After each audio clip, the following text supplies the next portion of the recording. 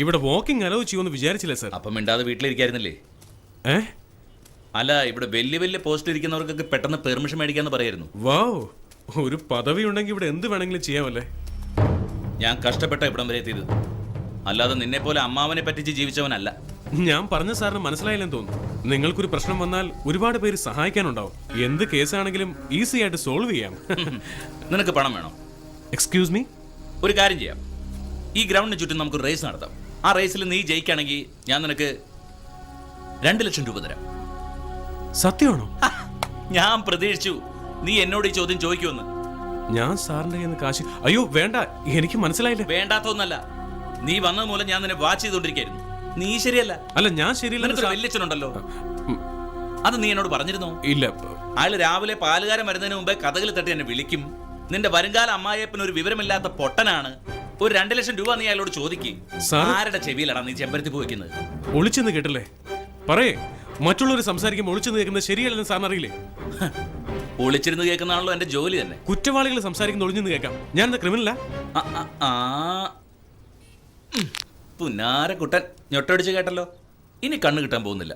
നിങ്ങളുടെ മകളെ ഞാൻ കല്യാണം കഴിക്കാൻ തീരുമാനിച്ചു. അവളുടെ തലയ്ക്ക് നല്ല സുഖമില്ലാതെ എന്തൊക്കെയോ വിളിച്ചു പറയുന്നതുകൊണ്ടാണ് ഞാൻ നിന്നെ സ്റ്റേഷനിലേക്ക് കൊണ്ടുപോകാത്തത്. സാറൊന്ന് മനസ്സുറന്ന് പറഞ്ഞേ, ഞാനൊരു ക്രിമിനലാണെന്ന് സാറിന് തോന്നുന്നുണ്ടോ?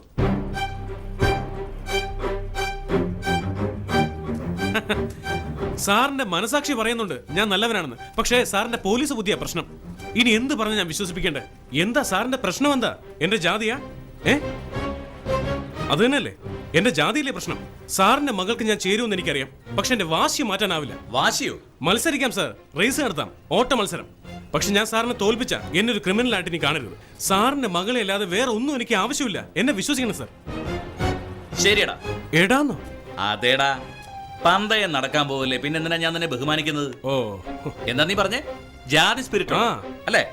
എനിക്ക് എല്ലാ ജാതി ഒരുപോലെ.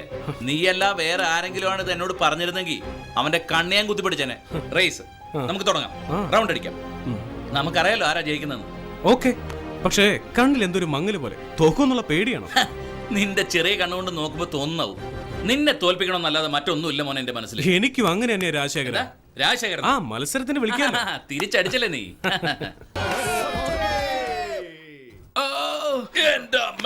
പതിയെ റേസിൽ ഞാൻ ജയിച്ചു. അല്ല മുത്തശ്ശ, ഞാനാ ജയിച്ചത്. ഞാനാടാ ജയിച്ചത്.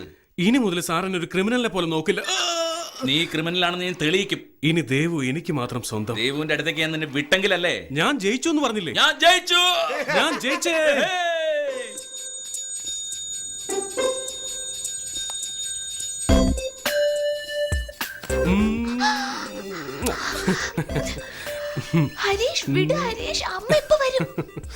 ഇഷ്ടമല്ലെന്ന് പറഞ്ഞ ഞാൻ വിടാം. തൊടാൻ പാടില്ലെന്ന് നീ അല്ലേ അന്ന് പറഞ്ഞത്? ഇപ്പൊ മറന്നോ? നീ എന്നെ തൊടാൻ പാടില്ല, എനിക്ക് എന്ത് വേണേ ചെയ്യാം. ഓക്കെ?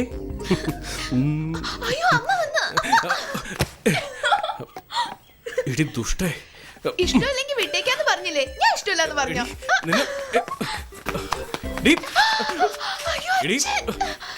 അച്ഛനോ? ഇനി എന്നെ പറ്റിക്കാൻ നോക്കുന്നു? ഞാൻ എന്താ മണ്ടനോ? നിന്നെ ഞാൻ... എന്താ ഹരീഷേ, വീട്ടിനുള്ളിൽ എക്സസൈസ് ചെയ്യുന്ന പോലെ ഉണ്ടല്ലോ ഇത്. ഇത് എക്സസൈസ് അല്ലല്ലോ, ഡാൻസ് പോലെ ഉണ്ടല്ലോ. അല്ല, ഇങ്ങെത്തിയോ? നോക്ക്, നമ്മുടെ വിവാഹ വാർഷികത്തിന് ഇൻവിറ്റേഷൻ എങ്ങനെയുണ്ടോ? എല്ലാം നീ പിടിച്ചു മേടിക്കൂല്ലേ? നോക്കുമ്പോളെ. ഓ, വളരെ നന്നായിട്ടുണ്ട്.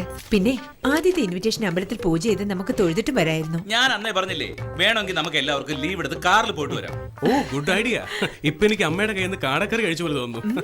പിന്നെ ഇങ്ങനെ കാടക്കറി കൂട്ടാൻ നിന്ന ഒരു പറ്റ ഇങ്ങോട്ട് വരില്ല, എല്ലാം 4ലേക്ക് പോകും. അയ്യോ, തമാശ.